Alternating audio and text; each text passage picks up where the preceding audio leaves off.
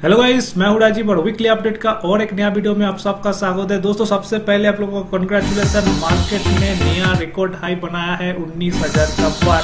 और जैसा कि मैंने लास्ट कुछ हफ्ते से ऐसे ही बोल रहा था, जब मार्केट थोड़ा करेक्शन मोड में था, थोड़ा गिरा था, थोड़ा डरे हुए था, कॉन्फिडेंस कम हो गया था, उस टाइम में भी मैं बोला था कि निफ्टी दिवाली का पहले 20,000 छू लेगा आराम से, क्योंकि वो चार्ट पे मेरे को दिख रहा था और मेरे को लग रहा है कि शायद दिवाली का पहले ना निफ्टी वो लेवल पार कर दे। और आपको ये जान के भी प्राउड होना चाहिए कि इंडिया मार्केट वर्ल्ड का बेस्ट परफॉर्मिंग मार्केट रहा है लास्ट 12 महीने में। और इतना कुछ डमाडोल हो गया, कोविड आ गया है, फिर वर्ल्ड चला रहा है, अभी भी खत्म नहीं हुआ। ये सब के बावजूद भी India market is the world best performing market. और लास्ट 8 साल से भी अगर देखोगे तो इंडिया मार्केट बाकी सब ग्लोबल मार्केट को भी पीछे छोड़ के one of the best performing market रहा है। तो ये सब तो हो गया, लेकिन आपने अगर ये मार्केट के साथ नहीं जुड़े रहे, अगर आपने पैसा नहीं बनाया है इस मोमेंट में, तो फिर आप एक बहुत बड़ा अपॉर्चुनिटी ऑलरेडी मिस कर दिया। और आने वाले टाइम में मैं ये भी बता रहा हूं, और ये मैंने आज नहीं, मेरे साथ जो जुड़े हुए, मेरा चैनल के साथ जुड़े हुए हैं, मैंने हर बार ये बताता हूं, be bullish, be confidence on the Indian economy. और लास्ट जो 3-4 साल ऑलरेडी हुआ है, और आने वाले जो 4-5 साल आने वाला है, जो 2030 तक या दशक तक, तो वो तो इंडिया इकोनॉमी और इंडिया मार्केट का ही चर्चा होता रहेगा ऑल ओवर वर्ल्ड में। ठीक है, तो अभी ये तो ऑलरेडी हमने अचीव कर दिया 19,000 का। तो अभी आगे का क्या टारगेट बन रहा है, चार्ट पे मेरे को क्या टारगेट दिख रहा है, उसके बारे में चर्चा होगा। और अभी इस जगह में कहां पे निवेश का मौका है, अभी भी कौन सा सेक्टर, कौन सा स्टॉक में अभी भी बहुत बड़ा रैली बाकी है, उसके बारे में भी चर्चा करूंगा। चर्चा होगा ग्लोबल मार्केट, यूएस मार्केट का, और खास तौर से डॉलर इंडेक्स का चर्चा तो हर वीक में हम करते ही है, क्योंकि वो डॉलर इंडेक्स से आपको कॉन्फिडेंस देगा आने वाले टाइम में बड़ा पैसा लगाने के लिए मार्केट में। तो चलो बिना टाइम वेस्ट करके डायरेक्ट डिस्कशन में चलता हूँ, डायरेक्ट चार्ट पे चलता हूँ। पहला चार्ट आज देखूंगा डॉलर इंडेक्स का चार्ट। हर वीक में जो इंडेक्स का चर्चा करता हूं वो डॉलर इंडेक्स, वो आपको पता ही होगा। और डॉलर इंडेक्स देखो अभी मुकाबला कर रहा है, क्योंकि वो मुकाबला करेगा, क्योंकि यूएस जैसे इतना बड़ा इकोनॉमी वो कभी नहीं चाहेगा डॉलर का जो पावर है वो इतना जल्दी खत्म हो जाए। तो ये अभी मुकाबला चल रहा है इमर्जिंग मार्केट का साथ यूएस मार्केट का, डॉलर का। तो ये देखो अभी जो 101 का मैंने ये लकीर खींच के रखा था, ये 101 का जो लेवल है ये काफी इंपॉर्टेंट लेवल है। ये जब तक ब्रेक नहीं करता है तब तक थोड़ा टेंशन जो है, टेंशन थोड़ा बना रहेगा। ठीक है, तो टेंशन तो मार्केट में रहेगा ही। तो ये जो लेवल, ये लेवल क्रॉस करके डॉलर नीचे का तरफ गया तो आप मान लो कि और भी बहुत बड़ा रैली के लिए मार्केट तैयार हो जाएगा। ठीक है, जो मैं बोला ये 90 का लेवल तक आ जाएगा।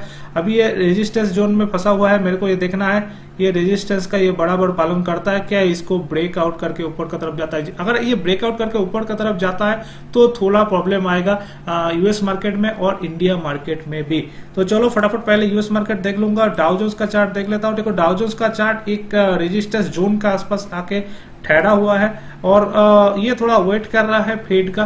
फेड अगर कुछ अच्छा बातें कर दे, कुछ इंटरेस्ट रेट काट करने का बात कर दे, तो इसको अच्छा मौका मिल जाएगा, फिर ये ऊपर की तरफ चलेगा। लेकिन अभी भी ऑल टाइम हाई से यूएस मार्केट कुछ 2000 पॉइंट डाउन है। ठीक है, अगर इंडिया मार्केट का अगर बात करूं तो India market already all time high को पार कर दिया। और मैंने, आप लोग को पता होगा, मैंने एक चार्ट पैटर्न यहाँ पे बताया था, ये देखो ये दिख रहा था, ये जो है काप और इसका ये हैंडल, और इसका वो ब्रेकआउट हो गया। मतलब बहुत ही जबरदस्त पैटर्न था। और इसको दो टाइप के सब पैटर्न देख सकते हो, लेकिन दोनों ही पॉजिटिव पैटर्न है। ये भी बोल सकते हो ये जो है ना, ये एक ट्रायंगुलर पैटर्न है। ठीक है, इसका भी ट्रायंगुलर पैटर्न का भी ब्रेकआउट दिया है, ये भी बोल सकते हैं हम। ठीक है, जो भी बोले ठीक है, लेकिन इसका जो नेक्स्ट टारगेट आ रहा है, क्या आ रहा है वो चार्ट पे मैं देख लेता हूँ। अभी इसका नेक्स्ट टारगेट क्या बनेगा। तो इसके लिए मैंने जो यूज करूंगा वो यूज करूंगा फिबोनाची रिट्रेसमेंट। बहुत ही सिंपल, क्योंकि अनचार्टेड टेरिटरी में है, मैं वीकली चार्ट के ऊपर लगा रहा हूँ फिबोनाची रिट्रेसमेंट। तो पहला जो इसका रिट्रेसमेंट पॉइंट आ रहा है 19,900, 138.2% का जो फिबोनाची स्तर है। तो मैं यहाँ पे लिख देता हूँ, पहला जो लेवल आ रहा है, एक तो आ रहा है ये लेवल 138.2% और दूसरा आ रहा है 20,000। ओके, तो मैं दो लेवल आपके सामने लिख देता हूं यहाँ पे। ठीक है, तो आपको कॉन्फिडेंस रहेगा 19,900 ये चार्ट का हिसाब से आ रहा है हमारा फास्ट टारगेट। ठीक है, और जो सेकेंड टारगेट आ रहा है जो सेकंड टारगेट आ रहा है हमारा चार्ट के हिसाब से हो रहा है 20,784, मतलब 20,700 का पकड़ लो। तो अभी भी 19,200 तो आ ही गया, तो अभी भी 700 पॉइंट का रैली बाकी है हमारा, और ऊपर का तरफ के लिए अभी भी बहुत बड़ा, मतलब 1700 पॉइंट का रैली बाकी है। लेकिन इसके पहले क्या थोड़ा रुकावट नहीं आएगा? बिल्कुल आ सकता है, कोई प्रॉब्लम नहीं। और मार्केट, ये जो मैं लास्ट वीक में भी ये चीज को आपको बता रहा था कि मार्केट अपना जो रेजिस्टेंस है, सपोर्ट है, ये सबका बहुत अच्छे से ख्याल रख रहा है। मतलब मार्केट ऐसा नहीं कर रहा है कि अनफ सनफ का तुरंत ही तेजी कर रहा है। देखो ये जो जोन है, यहाँ पे हमने कितने हफ्ता बिताए, ये देखो फास्ट, आज मैंने अगर बात करूं तो कितना हफ्ता यहाँ पे बिता दिया, ये मई जून के आसपास ये जो हाई लगाया था 1 2 3 4 5, और 5th वीक में ये हमने ब्रेकआउट दिया है, और ब्रेकआउट एक स्ट्रॉन्ग कैंडल का साथ दिया है। ये सबसे अच्छा बात है, ये जो ब्रेकआउट है कोई वीक कैंडल नहीं बना, एक स्ट्रॉन्ग कैंडल का साथ ब्रेकआउट दिया है वीकली। और अगर वीकली देखो अराउंड हम लोग 4%, 3-4% का आसपास वीकली राइस दिखा है। और RSI देखो कि ये भी 60 का ऊपर RSI है। और आपके लिए थोड़ा डेली चार्ट में निकाल देता हूँ। डेली चार्ट अगर देखोगे तो बहुत अच्छा लगेगा, क्योंकि अब तो समझ में आएगा कि देखो ये रेजिस्टेंस जोन का आके मार्केट ने कितना दिन तक खड़ा रहा। ऐसा नहीं कि अनफ सनफ का फटक करके बढ़ गया, ठीक है। अगर ऐसा बढ़ता है तो उसमें खतरा रहता है, लेकिन अगर रेजिस्टेंस जोन का आसपास रुक के फिर बढ़ना चलता है और इतना अच्छा कैंडल के साथ बढ़ता है, तो ये जो ब्रेकआउट है ये सस्टेनेबल ब्रेकआउट है, मान सकता हूँ। और अगर बैंक निफ्टी का मैं बात करूं तो बैंक निफ्टी भी बहुत मजबूत है। और बैंक निफ्टी का मैं बात कर रहा था कि जब लास्ट कुछ हफ्ता से, आपको पता होगा मैंने ऑप्शन के जरिए ट्रेडिंग कम कर दिया था, क्योंकि मार्केट एक रेंज के अंदर फंसा था, और मार्केट एक रेंज के अंदर चलते चलते अच्छा सा ब्रेकआउट दिया है। अभी बैंक निफ्टी के लिए भी जो टारगेट आ रहा है वो भी एक जबरदस्त टारगेट आ रहा है, मैं उसके लिए भी इस्तेमाल करूंगा फिबोनाची रिट्रेसमेंट।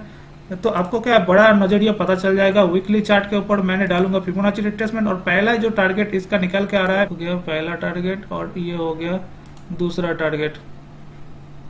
ओके, तो अभी ये देखो 2 टारगेट जो आ रहा है हमारे सामने, मैंने वो लिख देता हूं, ठीक है।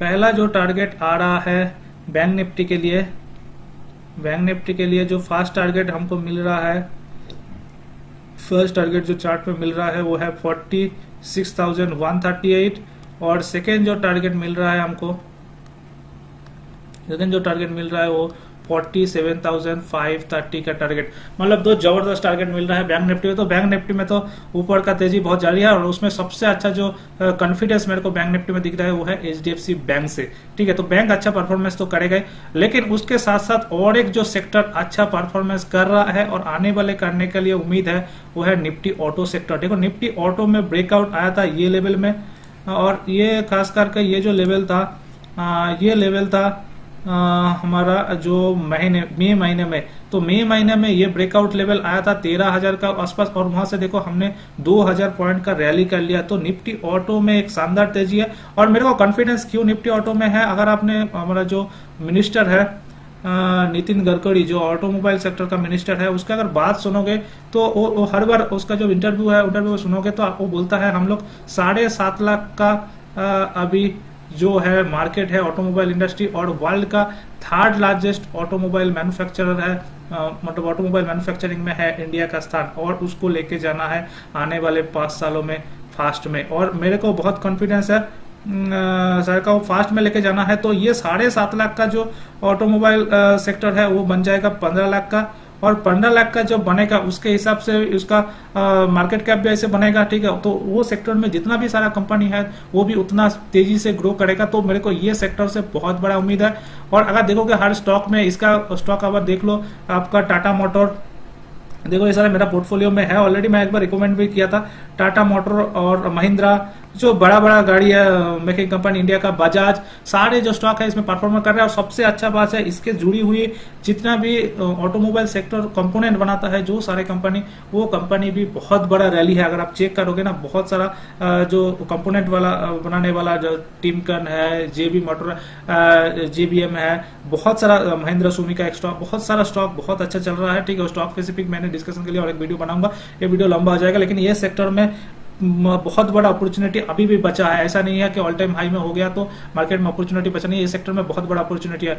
दूसरा, और ऑल टाइम हाई से ये काफी नीचे है, ऑल टाइम हाई इसका था 38,000 का, 39,000 का ही मैं पकड़ लूं, 39,000 का आसपास ऑल टाइम हाई से, और अभी 29,000 चल रहा है। मतलब अभी भी यहाँ पे अगर देखोगे 29,000 और वो है 39,000, आप समझ रहे हो, मतलब 10,000 पॉइंट का अभी भी इसमें बाकी है ऑल टाइम हाई से। तो यहाँ पे अपॉर्चुनिटी मेरे को दिख रहा है, लॉन्ग टर्म इन्वेस्टमेंट पर्सपेक्टिव है, शॉर्ट टर्म के लिए है नहीं, ये बता दो। तो निफ्टी आईटी में अपॉर्चुनिटी दिख रहा है, निफ्टी बैंक तो अच्छा परफॉर्मेंस कर ही रहा है, निफ्टी ऑटोमोबाइल में अच्छा दिख रहा है मेरे को।